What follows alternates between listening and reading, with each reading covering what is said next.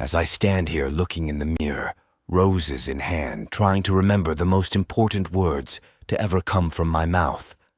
The words to win back, without a doubt, the girl of my dreams. You see, we met at a grocery store she once worked at before leaving the job altogether. I was going through a bit of a breakup at the time and was still trying to get over it. While in line, she spoke to me while adding a wink and a cute little smile. That was enough to get me out of the dark depression my ex left on me.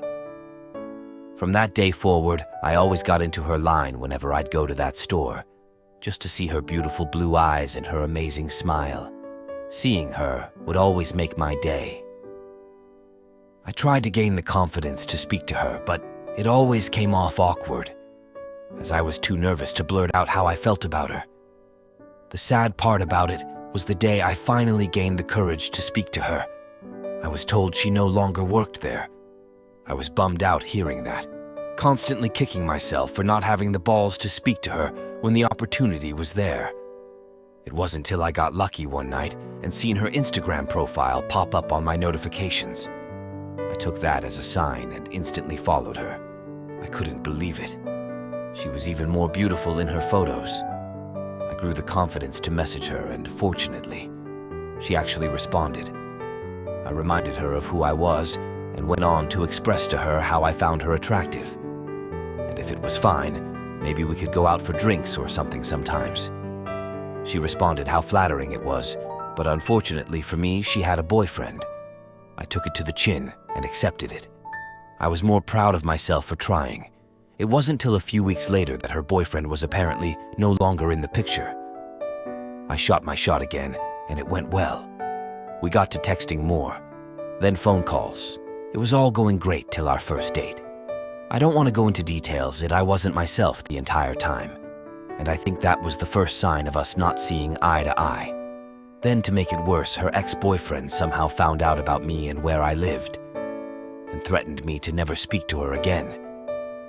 He was an intimidating guy, but I wasn't going to be pushed around, so I defended myself and fought back. She told me how I wasn't the guy she thought I was and that she can't see this working out. Those words crushed me, hurt me more than I was by my ex.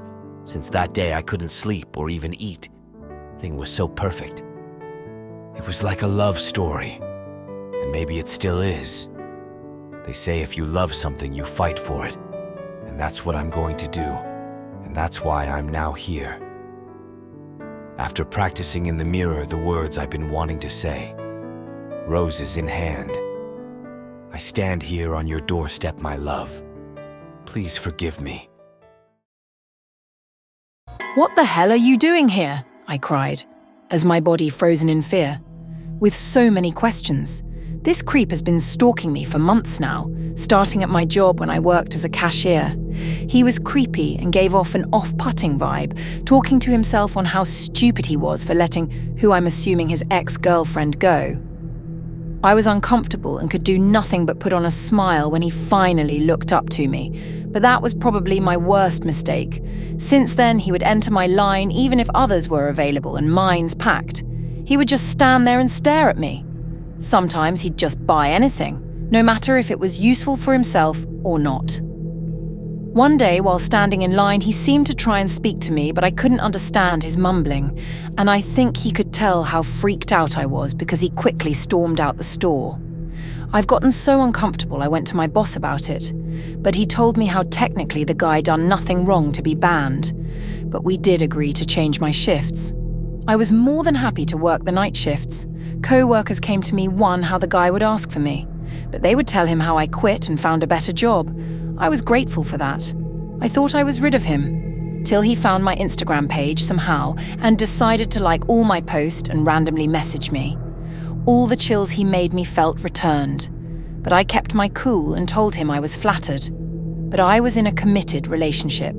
I was hoping that was the last of him, but I was wrong.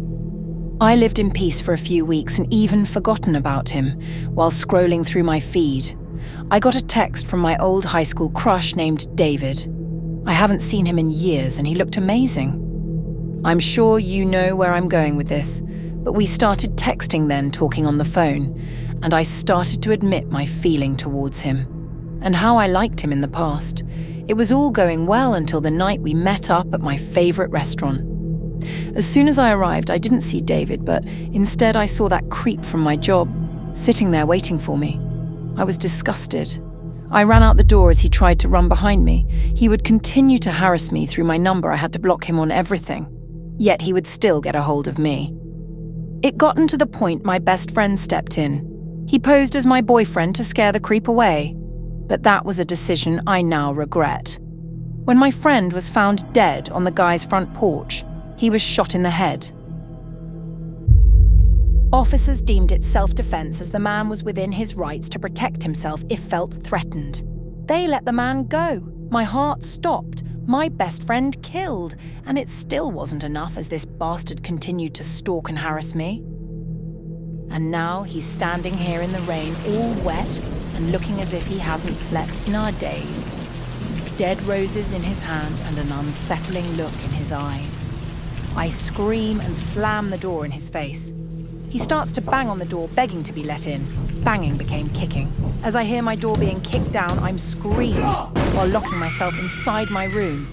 She screamed. I followed her voice upstairs.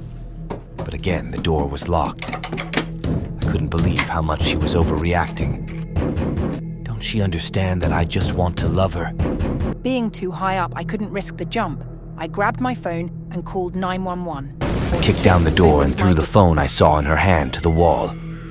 I grabbed her as she fought me. I yelled at her, asking her, "Why? Why are you making me do this?" She continues to scream, so I had no other choice. I tried to fight back as he yelled at me. It wasn't till I felt a sharp pain on my side. I took out my blade as I went on to stab her. I saw her eyes widen as her body became weaker. I repeated the stabbing a few more times. It was over, just like my ex. If I couldn't have her, no one could. I didn't want this to be our outcome. I really hoped for this one to work. But it failed once again. As I laid her lifeless body on her bed, I can hear the sirens echoing through the distance. I knew it was over for me. But before I let them take me, I at least want to make this trip worth it.